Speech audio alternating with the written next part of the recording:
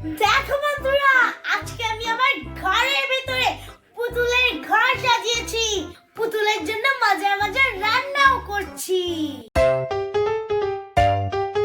Hello বন্ধুরা, আমি রাইসা সিদ্দিকী।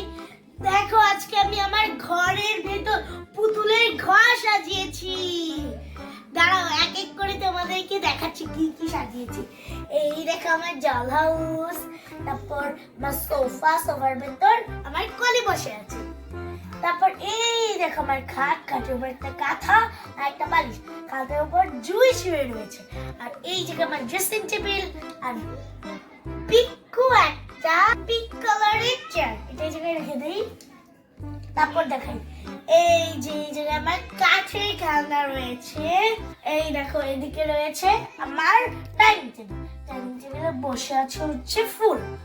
তারপর এই দেখো আমার বাউচন ফ্রিজ আছে, তারপর হাত ধোয়ার বেসিন আছে।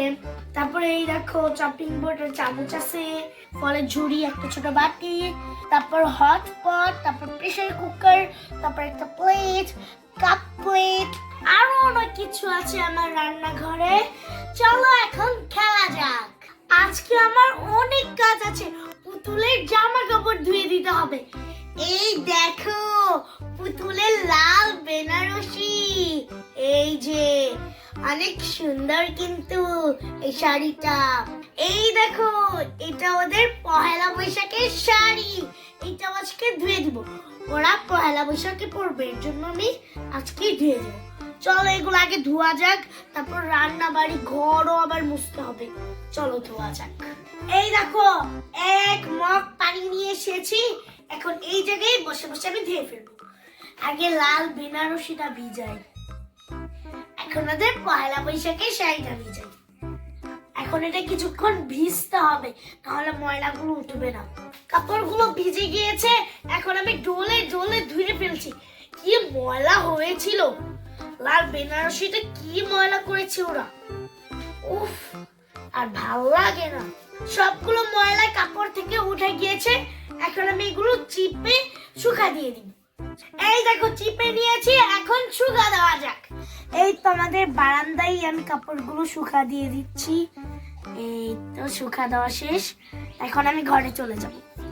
এই তো ঘরে এসে বললাম এখন একটু রুটি বানিয়ে আমি সকালের নাস্তাটা করে নিব। চলো আগে আটাটা মাখা যাক। এই তো আটাটা মেখে নিলাম, এখন আমি তাড়াতাড়ি রুটি বানাই। এই যে আমার বেলুন পিড়ি, এটাতে অল্প অল্প করে নিয়ে আমি রুটিটা বানাবো। এই তো একটা গোল করে নিলাম, এখন এইটা বেলে নিব। আজকে রুটির আটাটা অনেক নরম হয়ে গিয়েছে। এই তো একটা রুটি হয়ে গিয়েছে, একটা হয়ে গিয়েছে, এখন আরেকটা বানিয়ে নিব। এই তো এখন তাড়াতাড়ি বেলে নিই, ওদের আবার খিদে পেয়ে গিয়েছে। তাড়াতাড়ি রুটিটা বেলে নিই। উফ, বারবার শুয়ে যাচ্ছে, ভালো লাগে না। এই তো আমার দুইটা রুটি বানানো শেষ, এখন যাই এটা ভেজে ফেলি। এই তো তাওয়াটা চুলার উপর দিয়ে দিলাম, এখন আমি রুটিটা দিয়ে দিই। এই তো আমার রুটিটা দিয়ে দিলাম, এখন এটা ভাজতে হবে রুটিটা। এখন রুটিটা উল্টে দিব।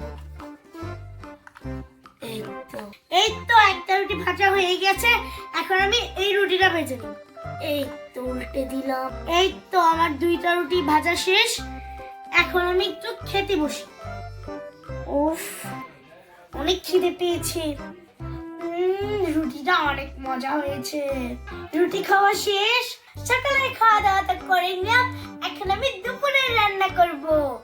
এই দেখো দুপুরে দুইটা লাউ শাক ভাজি করব। চলো তাড়াতাড়ি ভাজি করা যাক। এই তো চপিং বোর্ডটাও নিয়ে নিলাম আর ছুরিটাও নিয়ে নিলাম, এখন তাড়াতাড়ি কেটে ফেলি।